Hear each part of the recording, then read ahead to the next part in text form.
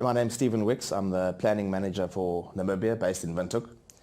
Adopting DDMRP was eye-opening from the beginning. The simplicity and ease with which it made the planning process really helped the team get into using it from the very beginning. If I had to summarize DDMRP into one word, it would be visibility.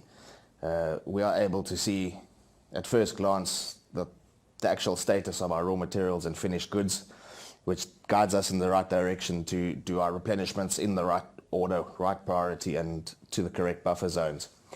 We've managed to reduce our finished goods and raw material stock holdings, which has given us a great benefit of our working capital investment.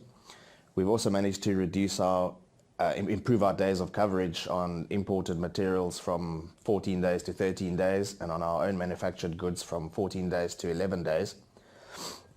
All in all, it gives us a great ability to react to changes in demand, where before it would take a bit of time to figure things out. Now we know exactly where we're going and what the target is.